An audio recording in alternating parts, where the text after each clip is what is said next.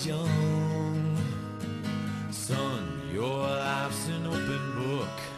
Don't close it for it's done. The brightest flame burns quickest. That's what I heard her say. Son's heart sold to mother, but I must find my way. Let my heart go. Let your sun grow. Mama, let my heart go. Or let this heart be still. Yes, still.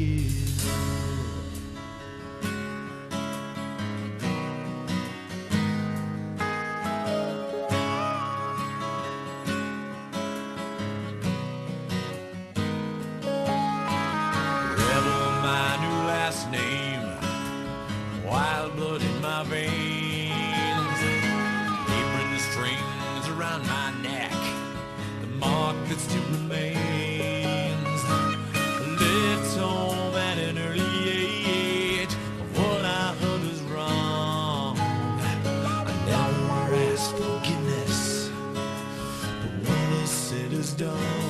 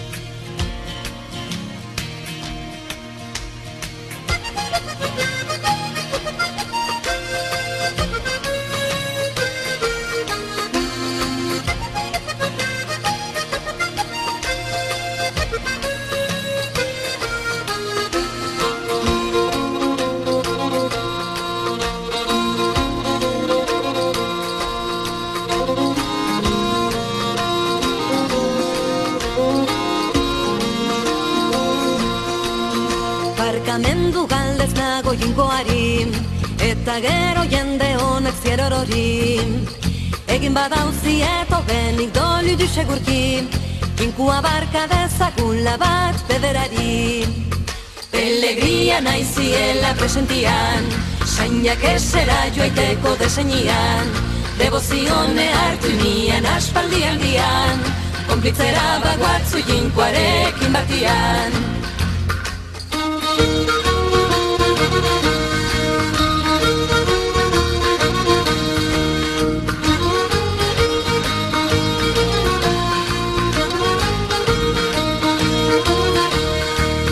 Barkamentu galtonago jinkuari, eta gero jente unak zierorori. Ofentsatu bazutie dolu du segurki, jinkua otoi dezagun parka bat pederari. Jente unak ugira de pelegriak, ringoeten bekira orai soinakeraz. Otoi eman iguzie zerbait amuina, saristaturen zutie zenuko jinko jauna. Provenziako elizetan gortu nezu, ta begiran ezazu gaizturan eskutik, eta lehalki nukezu beti ere zurekin.